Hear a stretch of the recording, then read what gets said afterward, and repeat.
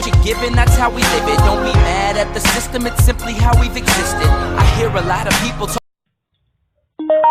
Hello guys, today I'm going to be reacting to scary animated story. I'm not going to watch the whole thing, probably not today, but let's just start the video. I received a call the other day at work from an old high school buddy who I hadn't seen for several years. He asked how I was doing, to which I gave him a standard answer. Work was fine, family are well. And then I inquired as to how he was doing. He said he was doing well. And then we went on to talk in detail about old times. The one thing we spent... Okay, this is the only thing I'm going to probably say in this video. But why would he talk to his passed away friend?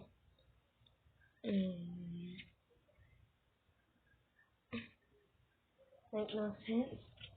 I'm actually scared right now, and there's a whole bunch of people up right now.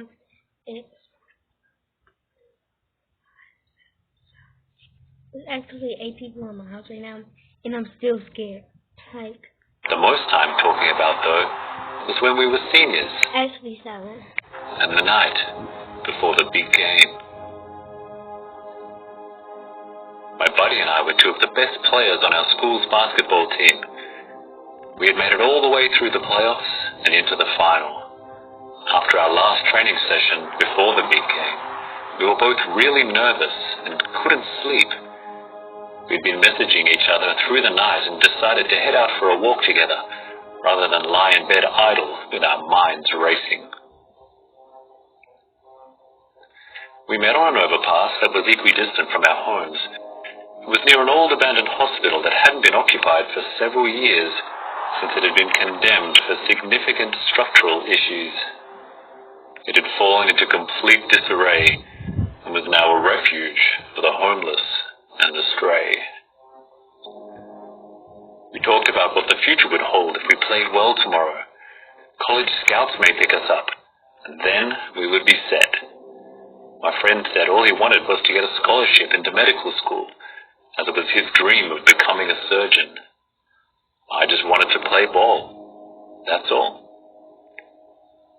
After talking for around an hour, a light went on in the abandoned hospital building behind us, followed by some faint yet chilling crying and screaming of a young child. We both couldn't just stand still and listen to this, so we decided to go and investigate. Was this a good idea? Well, keep listening and you tell me. We went up to the top floor and found the room with the light on. The screams had stopped, however we were still feeling very uncomfortable as to what we might find.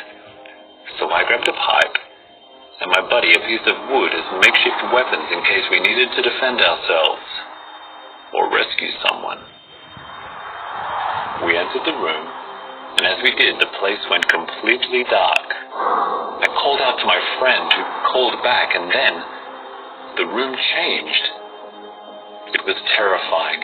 It went from being the abandoned room with broken glass and debris strewn everywhere to what looked like an old operating theater. No one was there that we could see. It was just us and this creepy old and cold room. We were both bewildered as to where it had come from and what it all meant. Moments later, my buddy screamed out as his ankle gave way, and he fell to the ground in excruciating pain. He had twisted it somehow, and could no longer stand on his own. At this point, the room changed back to the same trash-filled room, devoid of any humans, and we both agreed it would be best if we got the hell out of there as quickly as possible. My friend, not being able to walk properly, required my assistance, and it took us ages to make our way down multiple flights of stairs to the ground. Along the way, we heard a baby laughing, which was the final straw, and it felt like an eternity until we had made it safely back to the bottom. into the night we went and to an emergency room for my friend. We reported what had happened at the abandoned building, which the nurse only half believed. However, she did arrange for a police car to be dispatched out there to check it out. We never heard the result. The next day, my friend's foot was in a cast. His ankle had somehow sustained a fracture. He was devastated that he was unable to play in the big game. As it turned out, there were college scouts there, and my friend was unable to showcase his skills. And due to the extent of his injury still being unknown, he was given no consideration for a scholarship. He was heartbroken. We ended up losing the game that night, and we were shattered. We didn't really keep in touch much post that. I went on to study business at a fairly unknown college, and he went on to become a computer programmer. As without a scholarship, medical school was no longer in his reach.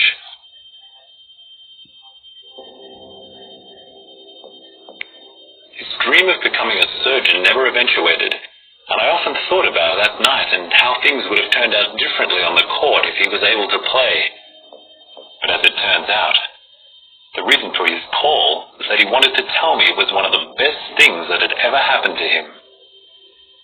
Really? I asked. How so?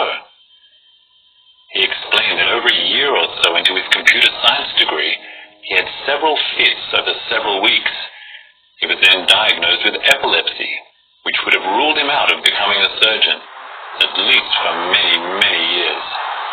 With medication, he was able to manage the fits, and went on to design a revolutionary research software package for children's hospitals, which had untold current and future benefits. I told him I thought this was fantastic, but had to ask why he chose to develop a software package for children's hospitals.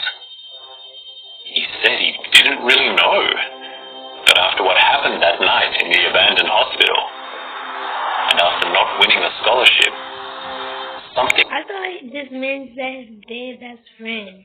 Wait, let's go back.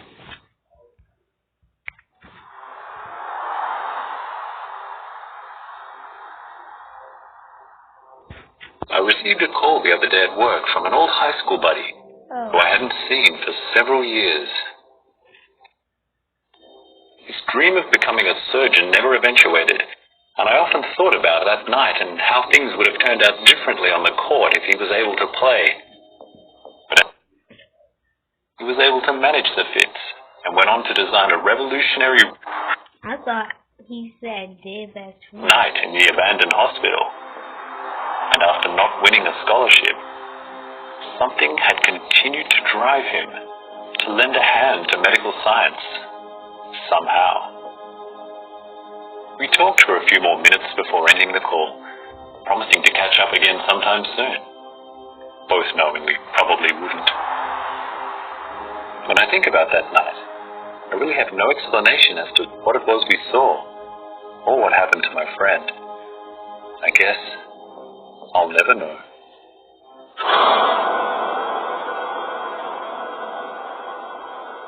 Ew. Okay, guys, hope you guys enjoyed this video. I love you guys so much. Bye.